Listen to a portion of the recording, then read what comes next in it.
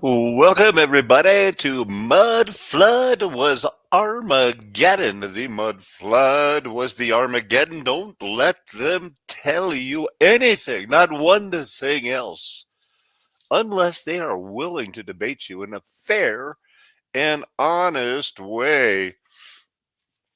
I think I wrote a song. I tried to write a song or a stanza, something to let Luther work with it to maybe be a song. Time in Between is the working title. Hope and then the between, death has no sting, and the dream written on your heart will start. Beholding his glory, learn the full story, how by stripes we were healed. Now our cup has been filled with hope. The time in between, we work for the dream of a well done, my faithful servant. In the golden age past, they held strong to the last. Now we in our time still walk that fine line, narrow road. Anyway, that's not a clickbait title. I really think that there was no Muhammad. We're going to have a short video on that. Tie it into what started this ministry. Basically, it turns out that my son was using something as a spy in the military.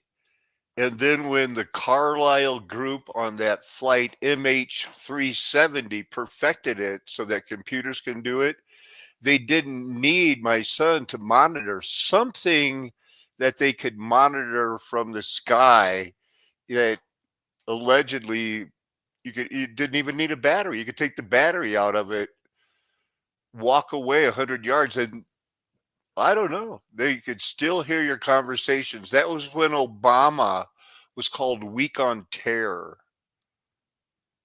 because Mitt Romney called him weak on terror. So he got the drones out and started killing them. And my son was in on that. It's tied into MH370. And then we're going to look at how the Mandela effect was faked and the reasons and tie that into it's all one big plan that it is. I don't have any pictures to show you guys anything good, but I do want to show the disclaimer.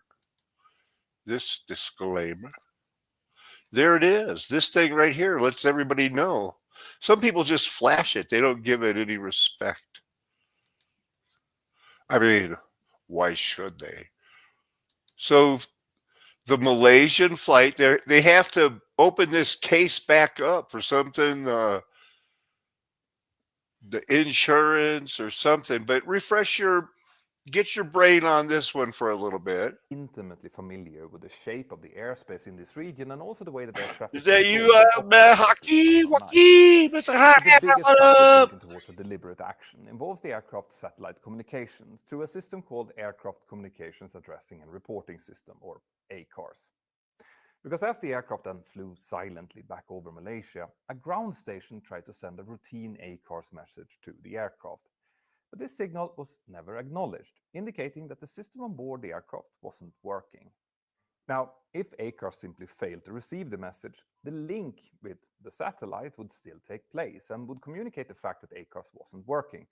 And if someone had manually logged off ACARS from the plane's cockpit, well, then that log would also have been registered. So I want you to notice how now they're releasing new information. It was always suspicious, but now they've got this new information about how when they thought they turned off the black box, they turn off the elevation sensor so it could tell when it was turning, going up and down. You'll get a little bit more right here. Systems like the flight displays, its fly-by-wire controls, and its navigation systems. But that doesn't include things like the autopilot or satellite communication. So, as you can see, Achieving this blackout would have been very complicated, and the later return of the ACAR systems told the investigators a couple of different things. Firstly, it made it extremely unlikely that some kind of other catastrophic electrical problem had been the cause of the halted satellite communications. And also, when the aircraft system logged onto the satellite again later, it lacked any valid company and flight IDs, which suggests that someone definitely had manually stepped in and stopped the ACAR system from the cockpit. But what that person had missed was that the removed flight ID didn't stop the satellite communication system from still establishing a link with the satellites. And that caused messages to come and go forth and back once an hour or so, just to verify that the link was still there. The catastrophic electrical problem had been the cause of the halted satellite communications. And also, when the aircraft system logged onto the satellite again later, it lacked any valid company and flight IDs, which suggests that someone definitely had manually stepped in and stopped the ACAR system from the cockpit. Right? How suspicious is this? They're turning things on and off, but they get busted, and I think the veil's being lifted. But what that person had missed was that the removed flight ID didn't stop the satellite communication system from still establishing a link with the satellites. And that caused messages to come and go forth and back once an hour or so, just to verify that the link was still there.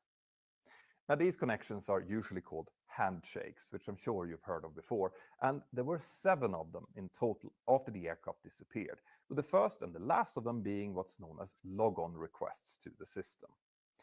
Obviously, the timing of these handshakes told investigators that this aircraft was still airborne for hours after that air traffic controllers had lost contact with it. But as I'm sure many of you know, they also allowed the investigators to work out much, much more information. But none of this is really new. So, what new information, if any, is making a search for the aircraft more interesting now? Well, depending on where you get your news, you might actually be hearing different takes on this. I'll dig into this deeper in a bit, but some sources are mainly focusing on the advancements in search technology, while others are questioning whether another attempt will yield any real answers at all. And this, the difference in perspectives, is exactly why I use today's sponsor, Ground News, since it helps me to cut through all of the noise in order to see the full picture. And you can follow along as well, just use ground.news/mentor. As you know, the world that we live in just keeps getting more and more polarized, making it harder and harder to find reliable news sources, and the story about MH370 is certainly no exception. As you can see here, over 100 sources worldwide have reported on this. Now, you know, this is a big part of my life because there were 5 people that had invented the machine that the Carlyle group and Dick Cheney needed to bomb the people with the drones. And it didn't just go crash, it went missing. In that time gap before they declared them dead, the patent was approved, and now the only living shareholder was the corporation. And since the other 4 were dead, they couldn't change their will. All the money went to the corporation. This has been dirty, but we never knew, what do they say, how deep the rabbit trail went. I'm just going to keep this rolling. Roll it. The story, and out of those, 38% comes from media conglomerates, and almost 18% are government owned. And that could mean that the way that this story is framed could differ quite a lot depending on where you're reading it. Now, comparing the coverage is really quite interesting. Left-leaning Punch newspapers goes more into the emotional weight of the search, while the right-leaning Daily Express emphasizes more sensational language like mystery solved and perfect hiding place.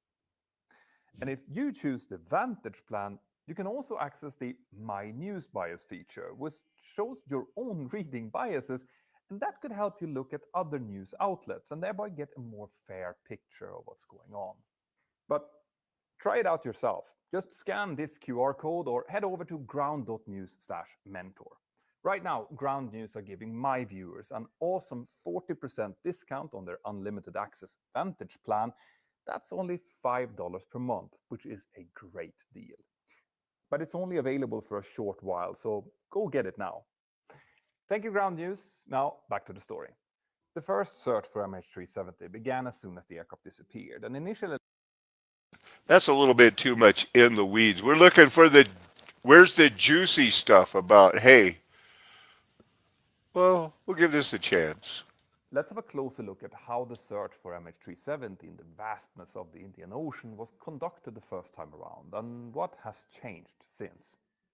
Like I mentioned earlier, after the aircraft systems re-established communications with the satellite, it then made 7 handshakes, which you probably would have seen in maps represented as 7 concentric arches drawn at irregular radii. So what do these arches actually mean? Well, you can think of each of these signals as a bit like a GPS. Well, at least sort of. Malaysian Airlines was using an Inmarsat satellite for the ACARs and other satellite communications of its aircraft, and we know the precise time when each of the signals was sent out by the satellite.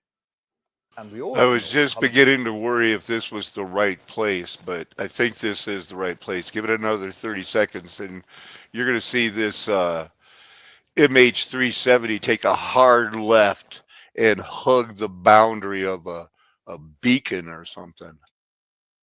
long it normally takes for the aircraft to respond after it receives the signal. The actual response time then depends on the distance between the aircraft and the satellite, and the difference between the expected time of the arrival of the return signal and its actual time of arrival is known as the burst timing offset, or BTO. In the case of the GPS receiver in your phone or other devices, your phone is using similar timing information from 3 or usually many more satellites to draw 3 or more circles on the Earth's surface, and where those circles kind of meet each other, well, that's where you are. So that left turn also meant that the aircraft avoided Thailand's Air Defense I think Identification this will System, be a or better spot. ADIZ, which was situated very near that same region. Now, had the aircraft entered into that zone without a valid flight plan, it would have attracted attention from Thailand's military air traffic controllers that would have then been able to track it using primary radar. But with this tight turn, the plane avoided the ADIZ, and if any military controller still would have noticed it, it would have seemed just like another airliner departing and going back, most probably to the airport of departure for some reason, a normal diversion. All of this suggests that whoever was in control was intimately familiar with the shape of the airspace in this region and also the way that air traffic control would operate at this time of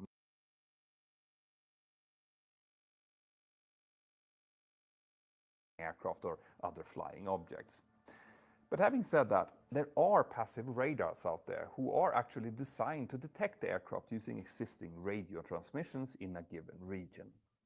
But Richard Godfrey, the avionics engineer who has been developing algorithms that allows him to use Whisper this way, has also used it to track other aircrafts with known flight paths, including Boeing 777s. And Whisper generates new signals every 2 minutes, potentially therefore providing many more data points to study.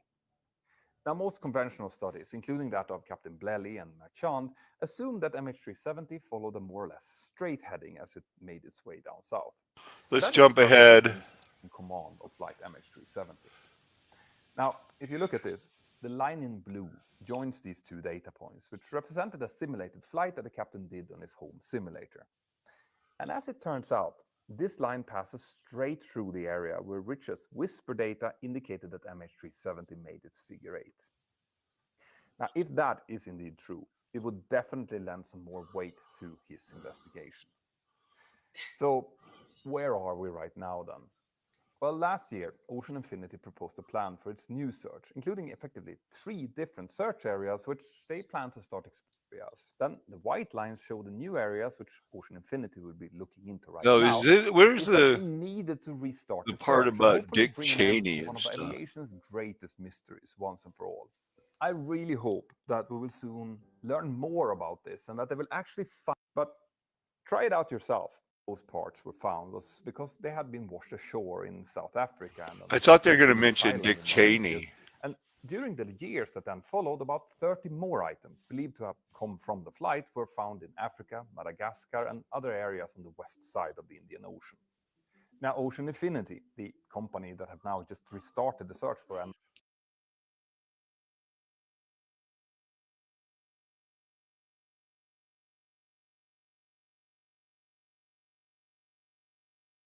I'll dig into this deeper in a bit, but some sources are mainly focusing on the advancements in search technology, while others are questioning whether another attempt will yield any real answers at all. And this, the difference in perspectives, is exactly why I use today's sponsor, Ground News. Well, maybe I'll find that one by Anonymous. Now, we've all heard of James Corbett. He's written a new book about 9/11. Look up. That's where we should be directing our power. Well, I've said this.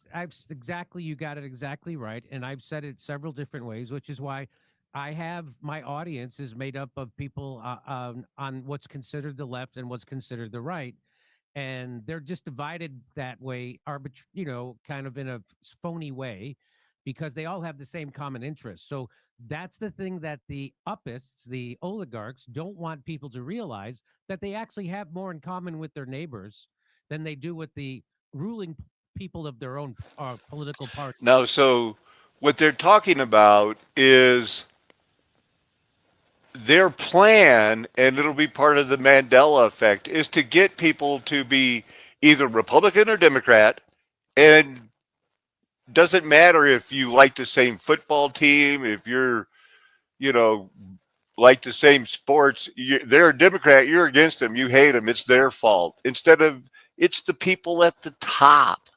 A little bit more on these shady contracts of the friends world and had colleagues in a economy. scandal so bad it should have ended her career. Fraud, mismanagement, backroom deals, the works. And what happened? She got promoted, not fired, not investigated, promoted to president of the European Commission, one of the most powerful positions in Europe. That's the EU's real purpose, protecting its own. This is why the EU is a joke. It's a dumping ground for politicians who should be in court, not in power. They don't answer to voters, they answer to each other. And now the same fraud is pushing Europe into war.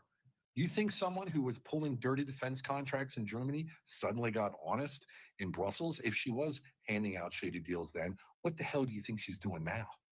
This is why Hungary, Slovakia, and others aren't playing along. They see through the scam. They're not about to send their soldiers to die for von der Leyen's career, for Brussels' power grab, or for the war machine cashing in on billions. This isn't just another corruption scandal. This isn't about. So they're really breaking down everything, but at the end here, System. So exactly like, remember 1984, it was Eurasia and East Asia and Oceania, and as Winston Smith notes in 1984, the bombs are falling and they tell us it's Eurasia or East Asia or whoever. It may be our own government. Who knows? Just bombs fall and we're at war. That's the type of system for global government that we're moving towards. And that's why regionalization and creation of, for example, the European Union is so important. And here's the crazy thing. In one of the essays in this book, I go into the North American Union idea that was really being worked on in earnest in the early 2000s there, with the Security and Prosperity Partnership and all of that kind of nonsense, this shared strategic perimeter. And at that time, hey, that was when I was cutting my teeth in this conspiracy realist space back a couple of decades ago. And I remember at that time, you would have all these people crying out against the North American Union, and we don't want this, we don't want the Amero, because they're going to replace the dollar with the Amero, and all of this. People were protesting against it. But weirdly, fast forward to 2025, and suddenly Trump is talking about taking over, Canada, 51st state, Greenland, whatever. We'll keep adding it to America. And a lot of the same people who were protesting that. so there's protesting everything because everything needs to be protested. We're going to go back, but I wanted to hear the end first. And you say that people are realizing that the upists, the globalists, act not in the interests of the common citizen, but solely in the interests of a tiny, tight knit network of oligarchs who operate in secret and who control almost the entirety of the world's wealth. With this awareness comes the freeing realization that key cogs in the uppist machinery of control can be removed from the system so that at a certain critical point, the machinery itself will cease to function. So, I that's it gives me hope. I always I tell Good. people I have to have hope. Let me. Can I make a distinction here? Because yes, a couple of years ago I put out a podcast on hopium, which tried to put out the idea there that politicians play on the fact that humans need hope. They need something to Yes. strive towards. They need something for the future. So they have replaced real, genuine hope with hopium, this synthetic simulacrum opiate type substance that people can inject into their veins every few years when some new political messiah comes along. Whoever that is, Obama, Trump, whatever. Oh my God, this is going to save the earth. And it never, ever works out because, as we say, those are uppists that are playing their uppist game and keeping us divided and ruled. But real, genuine hope is a beautiful thing. And I think we need that as human beings to move forward. So the real hope lies in the people, not in politicians doing their politician thing, not in business. What is your hope? What do you think the hope is going to be? That we're gonna turn this ship around, and that Trump's gonna really fix it, and the homosexuality is going to go away, and we're not, the President Obama's not married to another man, and we're not going to have to deal with that. This isn't going to get better. This is Satan's world. This is his plan. This is his time. The narrow road needs to be aware all of the things that they've been. What's the recurring themes? Zombies, viruses, earthquakes. Well, we know they control the weather and earthquakes too. But he wrote a new book and he's selling it. It's probably pretty good. Businesses and corporations, oh, don't worry, they're going to take care of you this time. It comes from each other. And to the extent that we have been divided so that you can't even go into somebody's bar because you're wearing the wrong hat, then we lose. But when we come together en masse, like we did in 2000, 2008, 2009, as that movement was coming together, that is what the uppists truly fear. And that is the hope. And I keep going back to this. The people have the power. They always have, always throughout history. All of the oligarchical, parasitical power that they, them, those have at the top of this system has been sucked out of the economy of real working people doing the real labor that actually makes everything run. And if we remember that and take that seriously and start removing ourselves from their systems of control and start cooperating with each other and supporting local and networks of interest in economies, local businesses, getting as much off of that system as possible, we start withdrawing the power from the oligarchs themselves. We have the power. We always have. We just have to remember that and reclaim it. And so, one of the things that started to wake me up, and you too, was 9/11. And once you look into it, which they shamed people, just like you weren't supposed to do your own research around COVID. Now, that's one of the reasons that we have, a big talker right now. Jimmy Dore gets a lot of views all the time. I know that it's nice to have a conservative voice out there exposing those things because Jimmy Dore was almost killed by the vaccine, is what he claims. And now he's on board with that and he's uncovered a lot of stuff. 9/11 is what they're talking about here. Now, that is a big deal. Super important.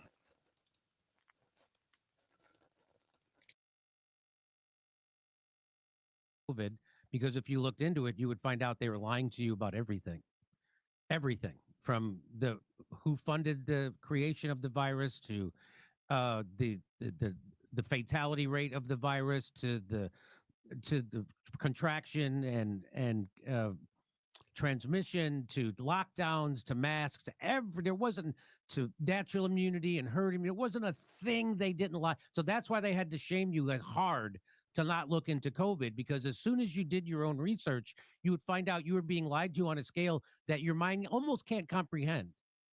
And most people's minds can't. And that started with me with Building 7. And I realized that a steel building doesn't fall into its own footprint because a plane hit another building a couple hundred yards away. That doesn't happen. It's never happened before. It's never happened since. It happened 3 times on one day. And um, there were people who made massive bets. Um, it's called shorting now. They would call them puts back then. So if you think a stock of a business is going to go down, you can make a bet on that, and then you can collect when their stock goes down. And there was people who did that right before 9/11 to companies like United Airlines, American Airlines, stuff like that. People that businesses we knew would go down after 9/11. And I just want you to, could you just tell people who is Mr. and Mrs. Wirt D. Walker III? Just tell people who that is. So Wirt Walker, as people might be able to guess from that name, yeah, Walker, George Herbert Walker Bush, George Walker Bush. Oh yeah, okay, a distant relation to the Bush family itself. And Wirt Walker III was a business partner with Marvin Bush, who was George W. Bush's brother, in a company called Stratesec, which provided defense and security operations to various airports, including Dulles Airport, as well as various other facilities. And yeah, you better believe in the immediate wake of the 9/11 terror event, the stocks of companies like Stratesec went up. So in fact, yes, as I document in the book, the FBI were investigating as part of the SEC investigation into this informed trading that did take place before 9/11. Not one, not two, but 3 different peer-reviewed scientific studies have concluded there was informed trading before 9/11. So what do we make of that? Well, the FBI did their investigations, and they alighted on this couple that were redacted from the actual documents that we got out. But there was a researcher called Kevin Ryan who went through it and unredacted those and found, yes, it was the Walkers who were being questioned about their odd. Now, if you're worried or if you're wondering, oh no, are some of the Bushes going to get in trouble? No, they got caught. That's not getting in trouble. Stock movements in the run up to 9/11. But don't worry, guys. There's no conceivable connection between Wirt Walker or any of these people that were investigated and Al Qaeda. Therefore, there was no informed trading, which, you have to think, oh, okay, so that kind of begs the question, right? Because, oh, we know it was Al Qaeda and we know who those people are and we know who those people aren't.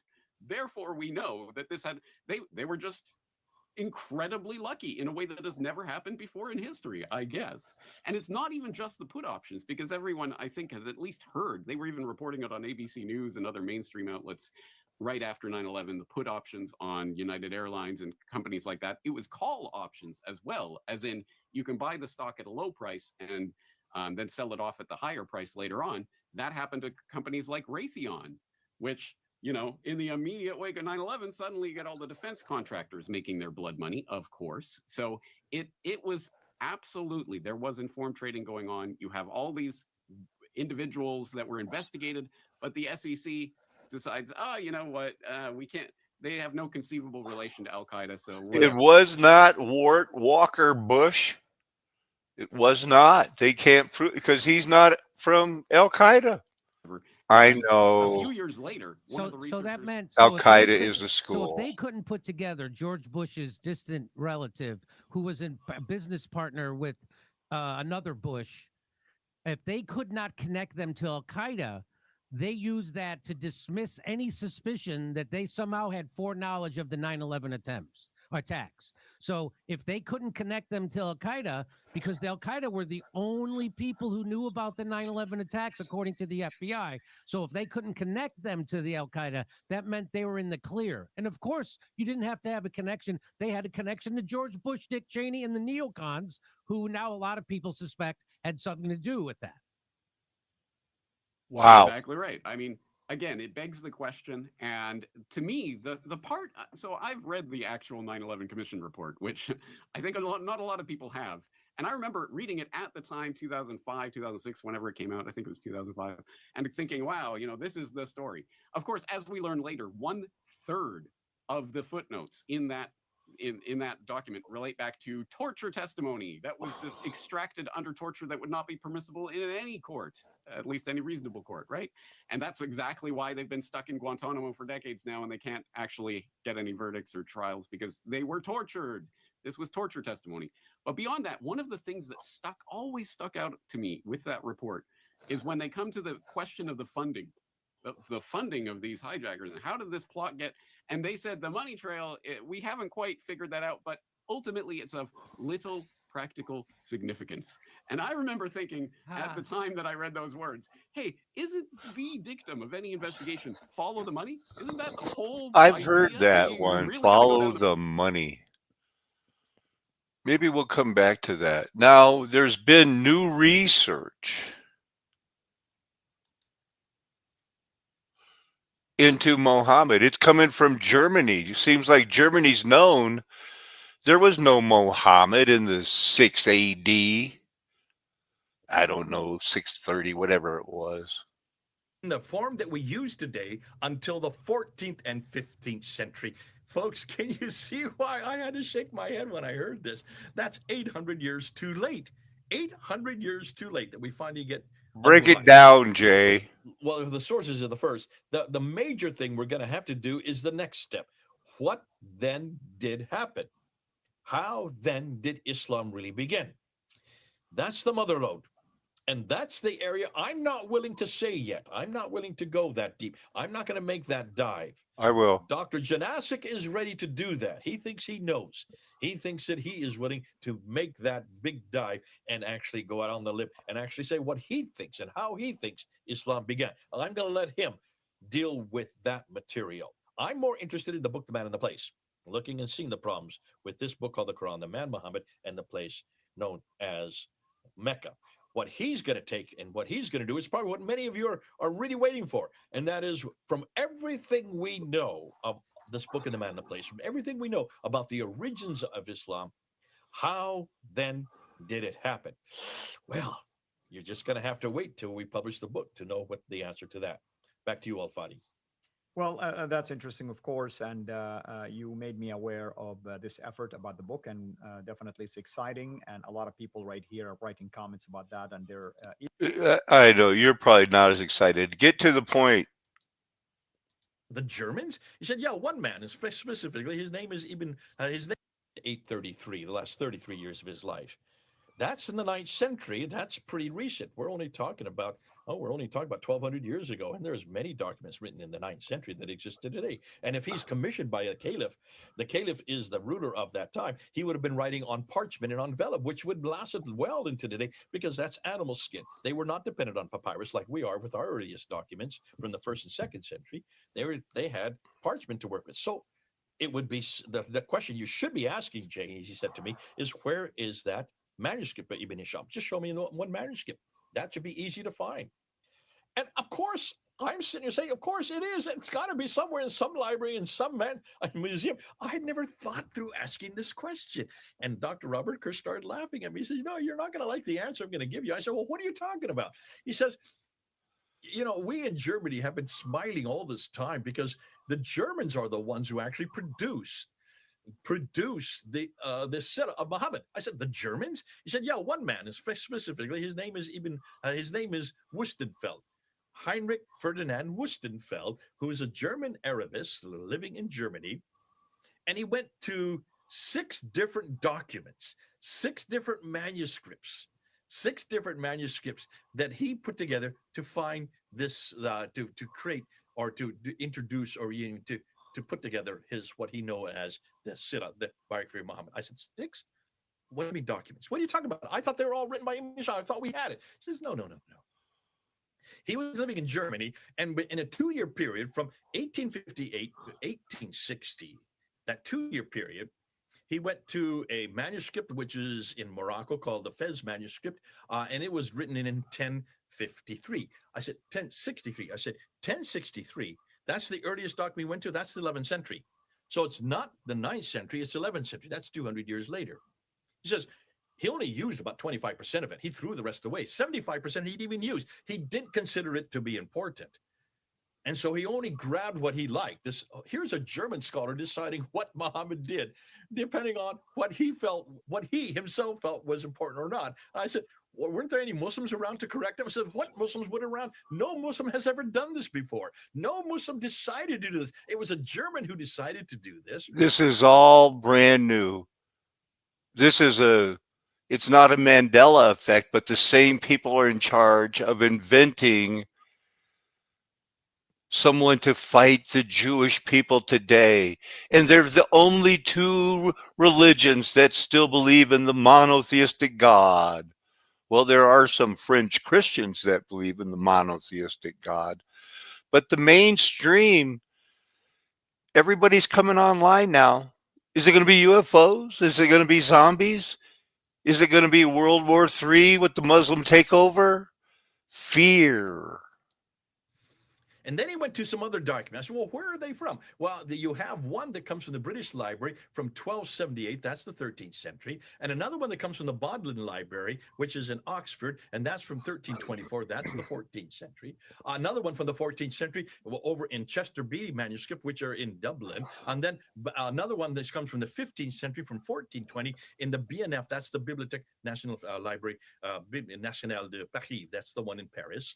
And then finally, another manuscript in which he took most of his material from was back in the SOAS library known as the 19320 manuscript, which is from 1589. That's the 16th century. This was written in the 6th century, and he took these manuscripts, these 6 manuscripts from the 11th, 13th, 14th, 14th, 15th, and 16th century and put it together into the biography we have today. And they published it in 1860 there in Germany. And that's the 19th centuries. The 1800s are the 19th century. So how new is all of this stuff? Let's see.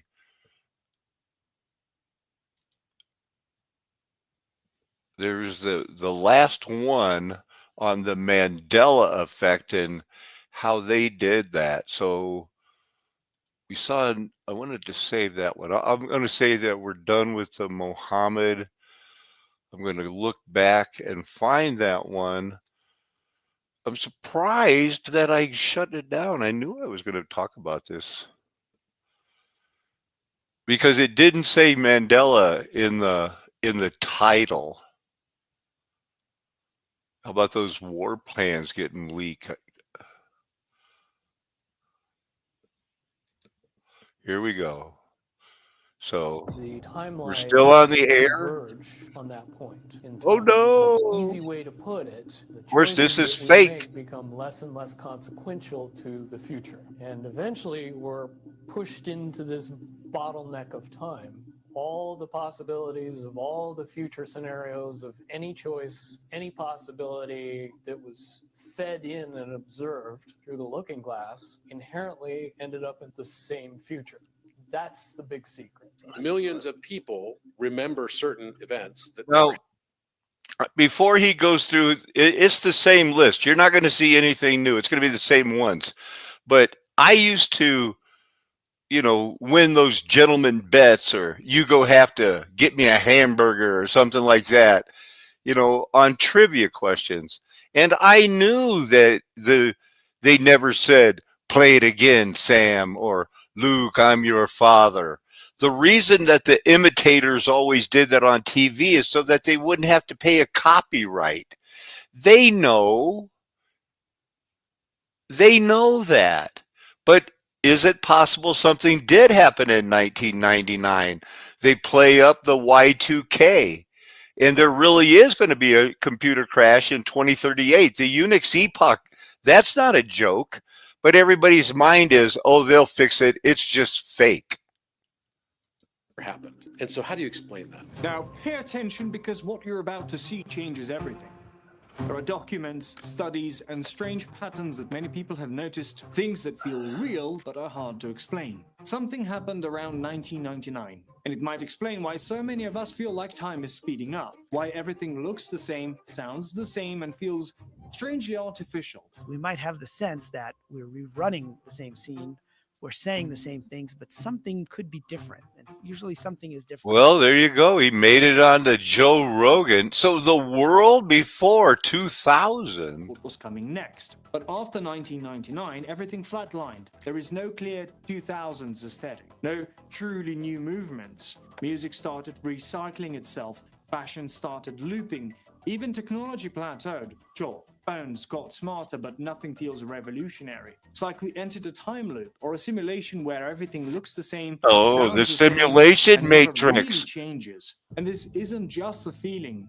Psychologists have studied the chronostasis effect. Really, they have temporal illusion in which the first impression following the introduction of a new event or task and demand to the brain can appear to be extended in time. The feeling that time is accelerating as we age. But the current phenomenon affects everyone, not just older people. Young people feel it too. Teenagers say 2018 feels like it was yesterday. Why? Really? Really? Has anybody ever heard them say that? You know, kids don't go around saying, come on. The bug, this is a big deal because there is going to be a 2038 crash. True. So if everything started to feel off after 1999, what actually happened around that time? Let's start with Y2K. In the final months of 1999, there was a global concern that computer systems would fail when the date switched to the year 2000. All the software used only 2 digits to record years. But in the meantime, people were planning and selling short stocks because they knew the most important date was September 11th, 2001, when all freedom in the world was given up. The Patriot Act replaced posse comitatus, and your privacy was surrendered because at the time, oh no, Al-Qaeda can blow up the world. So 2 nils might be read as 1900, potentially disrupting banks, credit cards, and ATMs may cease Fuck. to function. power grids, airlines, Airplanes and trains may come to a halt. governments and corporations spent over $300 billion That's a lot. updating systems. It was one of the largest coordinated tech efforts in history. People stocked food, withdrew cash, and prepared for the worst. But when midnight came, almost nothing happened. The systems held, the world moved on. Still, that global moment left an imprint. Some view it as a psychological turning point, the end of the analog age and the quiet beginning of a fully digital world. From that point on, life accelerated. Culture, communication, and consciousness shifted onto screens, fast, constant, and increasingly disconnected from physical time. Now, a lot of weird things happened. You know, Y2K is weird, but it's the same thing. You're really gonna force the Berenstein Bears on us again? The Kit Kat bars, the same things. They could. Who thought Mandela died in jail and that he wasn't the president? Well, I guess there are those people out there that they could tell you who was batting 300 in the on deck position. Same thing. Lay it out. Here's the guy. They bring in a guy. Hey, I know. I'm your guy. Consciousness, the way we perceive the world, and therefore all that will exist in our world will morph to that new resonance as a sympathetic resonance. So certain aspects of the old world will just no longer exist. And so we can still have a phantom memory of those experiences, whether it's like Jiffy peanut butter or Luke, I am your father, which he never said that, right? All these things like I've won so many bets on that. Everybody knows he didn't say that. It was a copyright issue. Every time an imitator on TV would want to do a Star Wars, they'd be paying copyright. that literally just like fall out of your new frequency, because everything in your world around you, including time itself, is retrocausal. The world around you that is no longer fitting your frequency will disintegrate and dissolve. You see, what they're going for is, you know, they'll tie it into it's the government. To get your brain wrapped around this subject, you find out that at the end of 2012, in an easy way to put it, the choices that we make become less and less consequential to the future. And eventually we're pushed into this bottleneck of time. Because you are in a simulation. It's not real. Think that's wild? Wait until you hear what else Looking Glass may have revealed. So what exactly did they see with Looking Glass? According to multiple whistleblowers, including Bill Wood and other interviewed by Project Camelot, every time they ran the device, no matter what variables they changed, all future timelines converged to a single fixed point. That point, somewhere between 2012 and 2016. After that, the future became unpredictable. No more branching outcomes, just a wall. Now here's where things get even more interesting. 2012 wasn't just the year everyone joked about the Mayan apocalypse. It was also a year packed with quiet shifts, massive Quiet shifts. spikes in social unrest, the first viral wave of fake news, and most importantly, a rise of algorithmic feeds where machines began shaping. That's a pretty bold statement. That's what did they? Superstorm Sandy was the first viral fake news. Man, it's all fake. Billions of people saw each day. Some theorists believe that Convergence Point wasn't a literal end, but a collapse of free potential. A moment when human behavior became so predictable that machines, social platforms, surveillance systems, predictive models. Wow. You've been living in a dream world, Neo. The film introduced a powerful idea, but the world we experience might not be what it seems. That Don't touch the reality could be mirror. shaped or even simulated without us knowing. And once you start asking questions, things begin to change. That idea resonates deeply with what many have felt since the early. Because the Mandela effect, yeah, sure, most of the people are just going like, wow, that's weird, but they never, get into the singularity. But that's where it would lead. Look at that. You got a book? Is that what's going on Human here? potential. This document, released by the CIA, explores consciousness as something that can move through time, even outside of the physical world. It discusses remote viewing, timelines, and the nature. Boy, that's what that Michelle Gibson and a lot of people, those Atlantis people, they love this stuff. Go, old guy. Joe McMoneagle described what was going on in a Russian building. He described the construction of an enormous submarine, a 500-foot submarine. And people laughed at us. They said there's never been this 3 times bigger than any submarine in the world. And within 6 months, the Russians rolled out the biggest submarine in the world. And Joe was the first person to describe that, which he did. I think Joe, he had the ESPN going. Hey, what's this one? He could actually be encoded on a 2D surface like a cosmic projection. In other words, reality might be a kind of simulation, not in the sci-fi Not the sense Bible, of just computers reality. but as a Yeah, structure sure. built from vibrations, frequencies, and information. Computing You power got to is figure it growing out. rapidly. You We live in a create computer. simulations of worlds. We have video games with characters that are inside the video game. Imagine a day where you can simulate a world so perfectly with life forms, humans, so well that you can recreate every single neurosynaptic thought you could have, but now you're in the simulation on the computer. Now combine that with something else, the end of the Mayan calendar in 2012. Well, man, anything but the Bible, right? Then the next question is, what are we actually experiencing right now? Let me walk you through a few theories that might explain it. Some researchers from the world of new physics like Nassim Haramein Never heard suggest of that him. Earth itself is changing.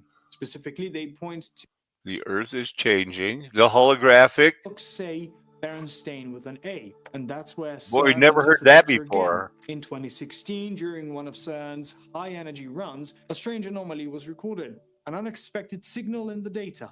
At the same time, showing it people all. online began reporting bizarre experiences, glitches in memory, and a collective feeling that something had shifted. Here's all your documentation. He heard about it. So what the kid winds up with is this theory of like one atom weighing too much and is that being just enough to shift our universe. Look at what it says there. He claims that CERN destroyed the universe during recent experiments, which has resulted in us living.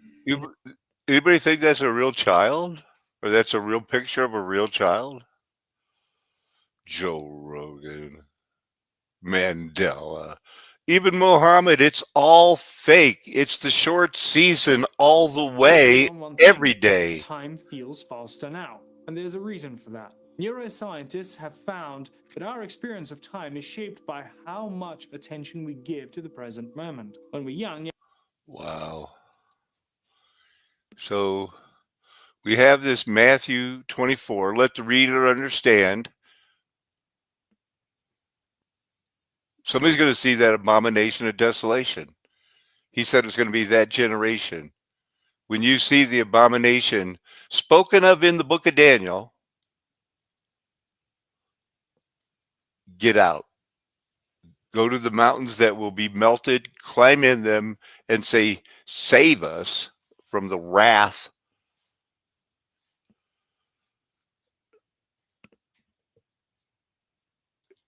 And in Daniel, there's the very end of time. There is the regular burnt offering. Where did that happen? Where Jesus said, watch out, somebody's going to come in and take this place over, and you're not going to like it. He's going to tear down every stone. He's going to desecrate the temple. There will be no more regular burnt offerings forever, because he's going to declare himself a Greek semi-god in the temple, and he's the true God. And from that time that was spoken about in Daniel, there'll be 1,290 day years. It doesn't say days and mornings. These are the type that everybody uses day year. They added 1,000 years. They added 1,000 years. In math, they didn't add that Satan was in a pit for 1,000 years. Let's take that away. That leaves 290 days. From 9/11, 2001, when the whole world mafias got together and said, we got to reset the currency, get ready for the end. Satan's, Satan, they have the deep things of Satan that we don't study. You go back 290 years from 9/11, that's 1711, and that gives us 45 more years, because that's the end.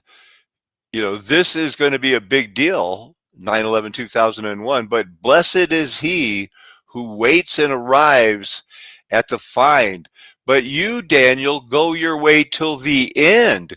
You shall rest. You shall stand in your allotted place at the end of days. Not this time when the abomination of desolation stuff is happening. And then there's this other time. It's going to be after that. He's not part of the first resurrection. The first resurrection is exclusive club.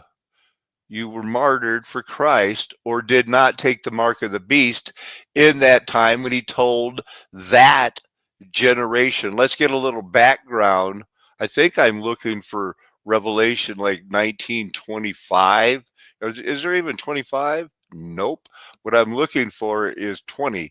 The beast was captured, and with it the false prophet, who in its presence had done the signs by which he deceived those who had received the mark of the beast and those who worshiped its image.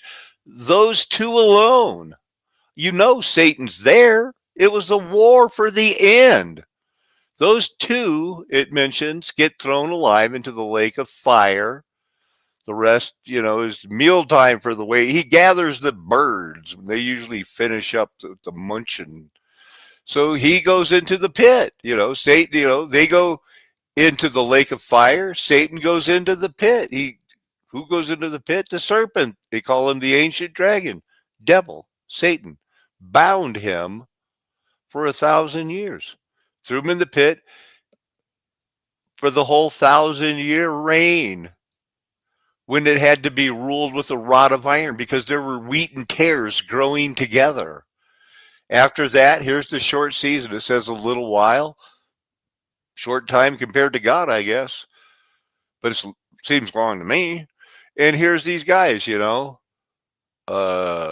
she saw the souls. Like, I think it's chapter 6 where they're underneath the altar. How long until we get avenged? He goes, well, there's a lot more people coming your way.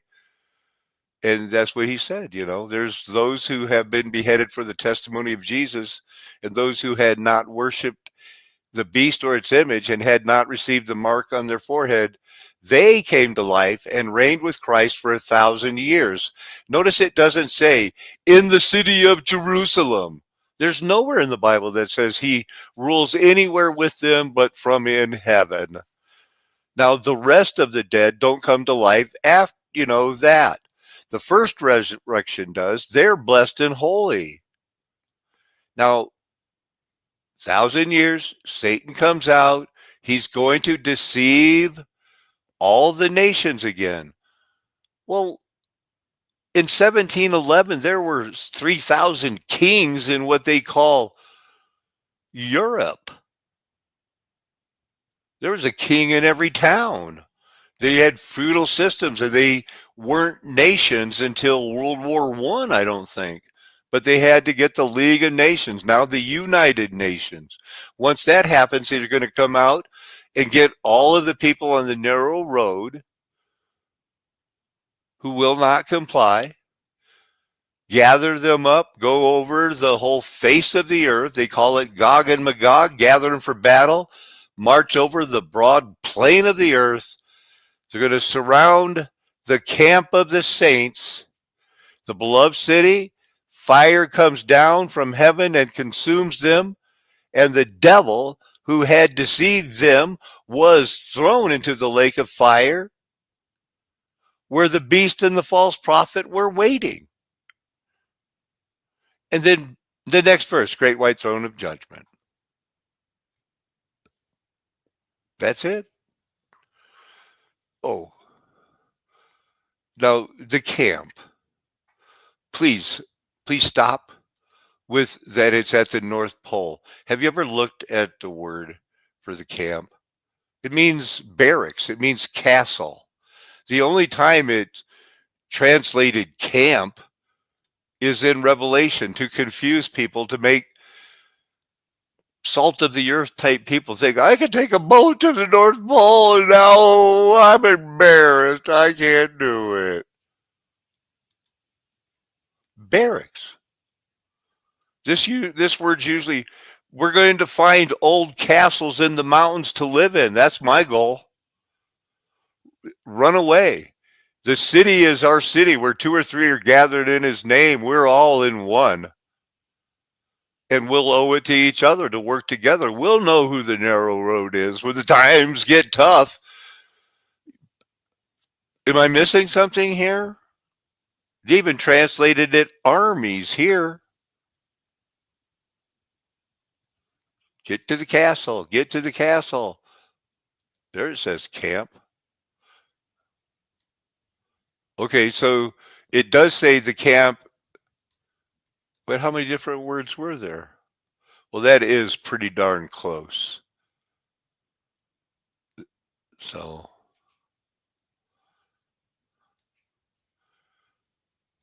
it's mostly, it can be barrack castles and it can be some type of camp, but I don't think it's at the North Pole. I know it is not at the North Pole.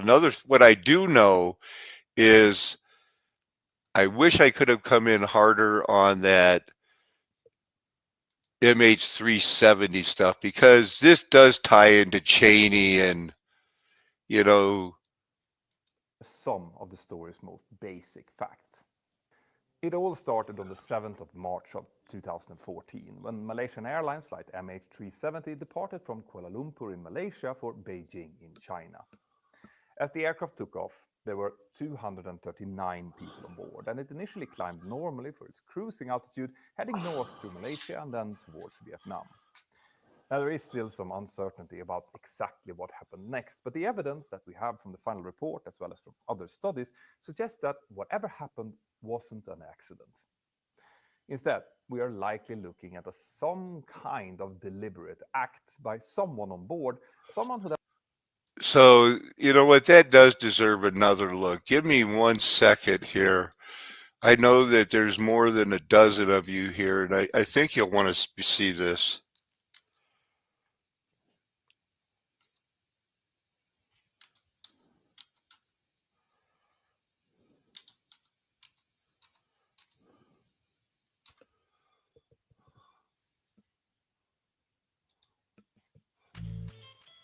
You all know Anonymous.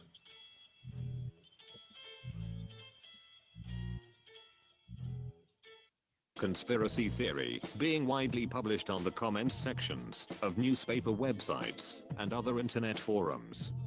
Some comments read, "Have you pieced together the puzzle of missing Flight 370 to Beijing, China?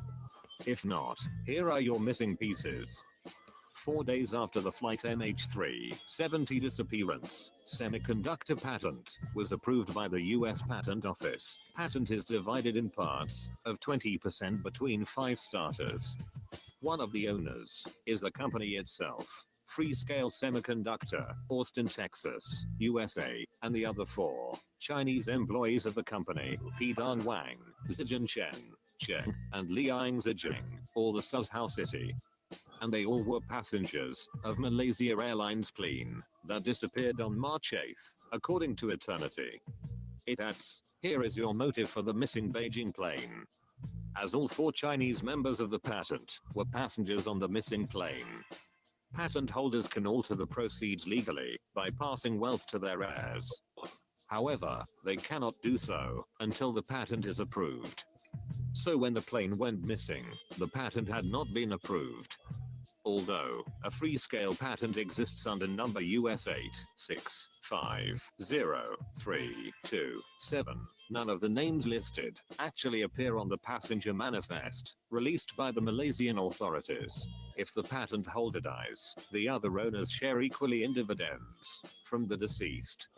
If 4 of the 5 patentees die, then the patentee left alive gets 100% of the patent. That remaining patent holder is the company Freescale Semiconductor. Tell me about that company. The answer is Jacob Rothschild. British billionaire owns the company Blackstone, which in turn owns the company Freescale Semiconductors. Several speculations on the internet now are paying attention to this circumstance. The Rothschilds are a dynasty of financiers and international We know. bankers of German Jewish origin. The family is from the 19th century, one of the most influential families of bankers and financiers of Europe. Is this just another coincidence? I don't think so. Rothschild is hiding evidence to gain the rights to this semiconductor. He wants power, and he wants his money. It may have taken 239 deaths to do it, but to him, that is just part of population control. In the end, he gets his money, his fame, and his power. All while the world remains silent. Or so they thought. Time to expose this fraud for who he really is. We are anonymous. We are legion. We do not forgive. We do not forget. To all Rothschild's bloodline, we will be hunting all of you. Expect that. What's that? Is that the United Nations?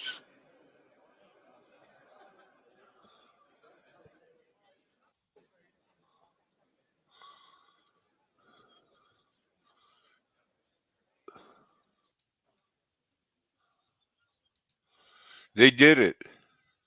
He married a man. He's married to a man. The president of France, François Mitterrand, he was 14 when he met his wife.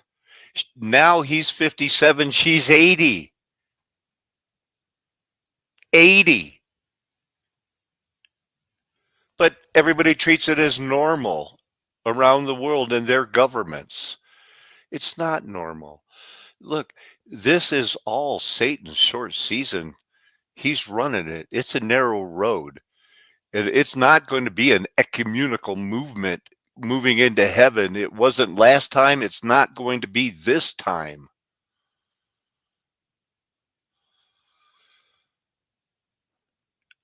Oh, yeah. If I said something wrong, you guys, you know what I mean. The idea is to remember the Bible's true. It's a flat earth nation. The golden age is past because the mud flood was Armageddon. Then there was the 1,000 years. After the 1,000 years, there is that put in your sickles and reap the grapes of wrath, and that means another reset. Oh no, where'd all these orphans come from? Everybody I know knows orphans, and now we know all about it. And it's confusing. It is not. The Bible's true. They're doing this to you. Amen. Me and my friends are never going to tell you anything else. We've been called, chosen, adopted, predestined, elected to have your best interest at heart. Amen. Hallelujah. Aho. Aloha. Arrivederci. Ciao. Sayonara. Auf Wiedersehen. Knock 'em